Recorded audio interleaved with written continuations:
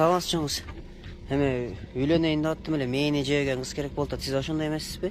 Мен жебейм. Отуруңуз. Жакшы болбоду мээни жебегениңиз.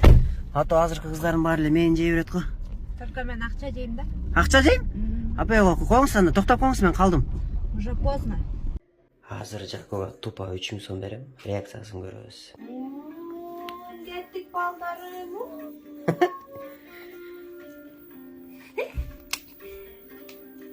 Мага.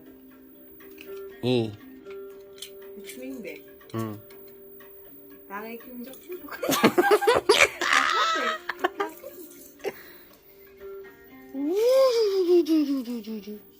Тамаша бер кайра. Бей. Балам, кеттик экөөбүз башта айтып атпадык беле? Бербейсиң?